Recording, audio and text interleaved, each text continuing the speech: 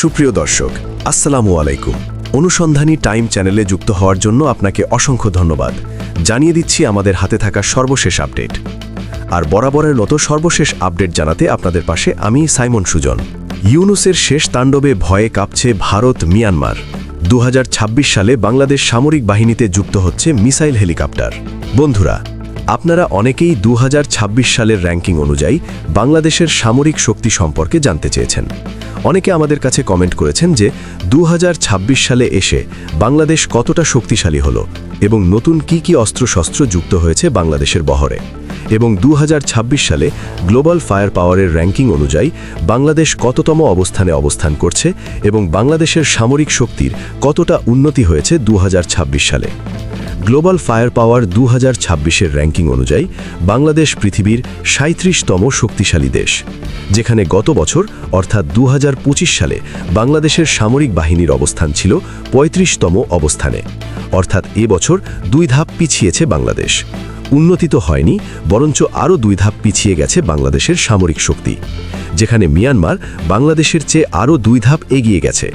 মিয়ানমারের বর্তমান সামরিক শক্তি 35তম এবং বাংলাদেশের অবস্থান 37তম।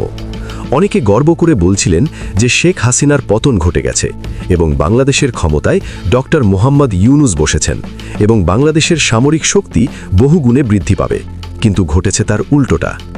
বাংলাদেশের সামরিক শক্তি তো বৃদ্ধি পায়নি, উল্টো আরও সামরিক শক্তি কমে গেছে, সামরিক বাজেট কমে গেছে, এমনকি নতুন কোনো অস্ত্রশস্ত্র যুক্ত হয়নি বললে চলে।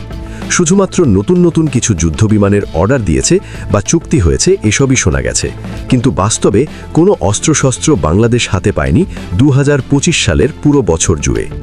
2026 সালে এসে বাংলাদেশের সামরিক বাজেট কমিয়ে করা হয়েছে 3.3 বিলিয়ন মার্কিন ডলার, যেখানে গত বছর প্রায় 4 বিলিয়ন ডলার সামরিক বাজেট ছিল বাংলাদেশের।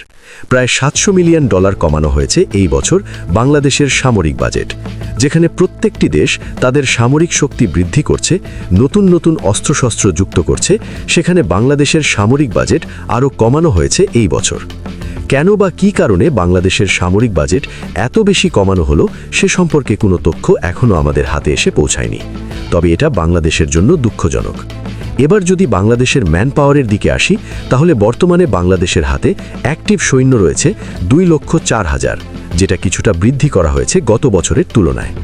গত বছর বাংলাদেশের সামরিক বাহিনীতে সৈন্য সংখ্যা ছিল 1,63,000, সেখানে এই বছর 2,04,000 করা হয়েছে অ্যাক্টিভ সৈন্য, অর্থাৎ প্রায় 50,000 সৈন্য বৃদ্ধি করা হয়েছে বাংলাদেশের সামরিক বাহিনীতে। আর এক বছরে 50,000 সৈন্য বৃদ্ধি কোনো মুখের কথা নয়, এটা বাংলাদেশের জন্য খুবই ভালো একটি সিদ্ধান্ত যে আমাদের সৈন্য এখন 2,04,000 অ্যাক্টিভ।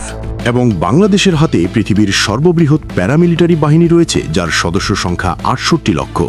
এটা আপনারা সকলেই জানেন। তবে এবছর বাংলাদেশ সামরিক বাহিনীতে নতুন করে কোনো যুদ্ধ ট্যাঙ্ক সংযোজন করা হয়নি, যদিও কথা চলছিল প্রায় 50টির মতো নতুন যুদ্ধ ট্যাঙ্ক যুক্ত হবার কথা। তারপরও কিন্তু এখনও পর্যন্ত বাংলাদেশ সেনাবাহিনীতে নতুন কোনো যুদ্ধ ট্যাঙ্ক যুক্ত হয়নি। বর্তমানে বাংলাদেশ সেনাবাহিনীতে যুদ্ধ ট্যাঙ্ক রয়েছে 320টি, ভেহিকেলস রয়েছে 11,584টি, সেলফ প্রোপেলড আর্টিলারি রয়েছে 36টি, টাউড আর্টিলারি রয়েছে 487টি এবং MLRS বা রকেট আর্টিলারি রয়েছে 103টি। এই হলো বাংলাদেশ সেনাবাহিনীর সক্ষমতা। বন্ধুরা, এবার আমরা বাংলাদেশ বিমান বাহিনী সম্পর্কে জানব। বন্ধুরা, বাংলাদেশ বিমান বাহিনীতে এবছর নতুন করে কোনো ফাইটার জেট, ট্রেনিং এয়ারক্রাফট বা ড্রোন কোনো কিছুই যুক্ত হয়নি। শেখ হাসিনার সময় যেসব ছিল বর্তমানে সেসবই রয়েছে, বরঞ্চ আরও যুদ্ধ বিমানের সংখ্যা কিছুটা কমেছে, কারণ বেশ কিছু যুদ্ধ বিমান ক্র্যাশ করেছে বা নষ্ট হয়ে গেছে, যার কারণে বর্তমানে বাংলাদেশের হাতে ফাইটার জেটের সংখ্যা 3টি কমে গেছে। বর্তমানে বাংলাদেশ বিমান বাহিনীর হাতে টোটাল এয়ারক্রাফট রয়েছে 212টি, এর মধ্যে ফাইটার জেট রয়েছে 41টি, ট্রান্সপোর্টস বা ফিক্সড উইং রয়েছে 17টি, ট্রেইনার রয়েছে 83টি, স্পেশাল মিশন রয়েছে 4টি, হেলিকপ্টার রয়েছে 67টি। তবে বাংলাদেশ বিমান বাহিনীর হাতে কোনো রকম অটাক হেলিকপ্টার নেই বা কোনো রকম বোমা যুদ্ধ বিমান নেই, তাই বাংলাদেশ বিমান বাহিনী অনেক দুর্বল। এবং নতুন করে বাংলাদেশ বিমান বাহিনীতে পাকিস্তানের তৈরি যে F-7 থান্ডার, চীনের তৈরি J-10C এবং ইউরোপের তৈরি ইউরোফাইটার টাইফুন যুক্ত হবার কথা রয়েছে। তবে এগুলো আদৌ যুক্ত হবে কিনা বা কবে নাগাদ যুক্ত হবে সে সম্পর্কে কোনো তথ্য এখনও সঠিকভাবে পাওয়া যায়নি। তবে আশা করা হচ্ছে অদূর ভবিষ্যতে এইসব ফাইটার জেট বাংলাদেশের বহরে যুক্ত হবে। বন্ধুরা, এবার আমরা জানব বাংলাদেশ নৌবাহিনী সম্পর্কে। বন্ধুরা, 2026 সালে এসে বাংলাদেশ নৌবাহিনীতে টোটাল যুদ্ধজাহাজ রয়েছে 121টি। এর মধ্যে ফ্রিগেট রয়েছে 7টি, করভেট রয়েছে 6টি, সাবমেরিন রয়েছে 2টি, পেট্রোল ভেসেলস রয়েছে 61টি এবং মাইন ওয়ারফায়ার রয়েছে 5টি। তবে বাংলাদেশ নৌবাহিনীতে কোনো রকম এয়ারক্রাফট ক্যারিয়ার, হেলিকপ্টার ক্যারিয়ার বা ডিস্ট্রয়ার যুদ্ধজাহাজ নেই এবং বাংলাদেশ নৌবাহিনী বর্তমানে অনেক আউটডেটেড হয়ে গেছে। নতুন কোনো যুদ্ধজাহাজ, নতুন কোনো সাবমেরিন কোনো কিছুই যুক্ত হয়নি 2026 সালে। অর্থাৎ আমরা এতদিন যা শুনে এসেছি তা পুরোটাই গুজব।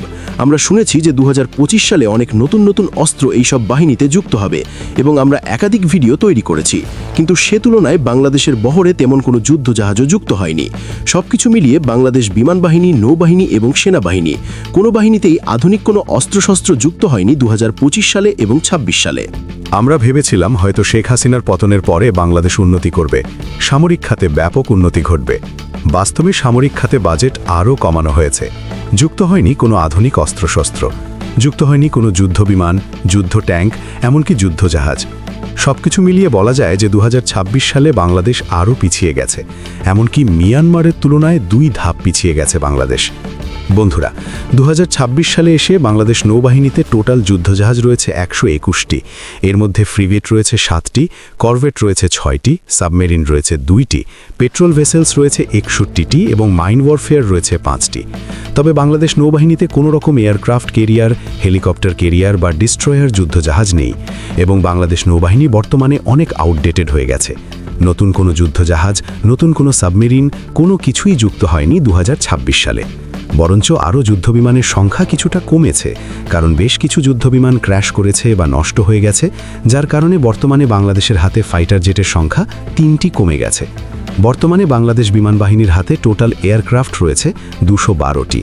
এর মধ্যে ফাইটার জেট রয়েছে 41টি, ট্রান্সপোর্টস বা ফিক্সড উইং রয়েছে 17টি, টেইনার রয়েছে 83টি, স্পেশাল মিশন রয়েছে 4টি, হেলিকপ্টার রয়েছে 67টি। তবে বাংলাদেশ বিমান বাহিনীর হাতে কোনো রকম অ্যাটাক হেলিকপ্টার নেই বা কোনো রকম বোমা যুদ্ধবিমান নেই, তাই বাংলাদেশ বিমান বাহিনী অনেক দুর্বল। এবার যদি বাংলাদেশের ম্যান পাওয়ারের দিকে আসি, তাহলে বর্তমানে বাংলাদেশের হাতে অ্যাক্টিভ সৈন্য রয়েছে 2,04,000, যেটা কিছুটা বৃদ্ধি করা হয়েছে গত বছরের তুলনায়। গত বছর বাংলাদেশের সামরিক বাহিনীতে সৈন্য সংখ্যা ছিল 1,63,000, সেখানে এই বছর 2,04,000 করা হয়েছে অ্যাক্টিভ সৈন্য। যেখানে গত বছর অর্থাৎ 2025 সালে বাংলাদেশের সামরিক বাহিনীর অবস্থান ছিল 35তম অবস্থানে, অর্থাৎ এবছর 2 ধাপ পিছিয়েছে বাংলাদেশ। উন্নতি তো হয়নি, বরঞ্চ আরও 2 ধাপ পিছিয়ে গেছে বাংলাদেশের সামরিক শক্তি। বন্ধুরা, 2026 সালে এসে বাংলাদেশের সামরিক বাজেট কমানো এবং মিয়ানমারের তুলনায় বাংলাদেশের দুর্বল হওয়াকে আপনি কেমন চোখে দেখছেন তা অবশ্যই আমাদেরকে কমেন্ট করে জানাবেন। এবং আরও এমন ভিডিও পেতে এখনই আমাদের চ্যানেল অনুসন্ধানী টাইমকে সাবস্ক্রাইব করুন এবং পাশে আসা বেল বাটনে ক্লিক করুন। তো দেখা হচ্ছে পরবর্তী ভিডিওতে। ততক্ষণ পর্যন্ত সুস্থ থাকবেন, ভালো থাকবেন। আল্লাহ হাফেজ।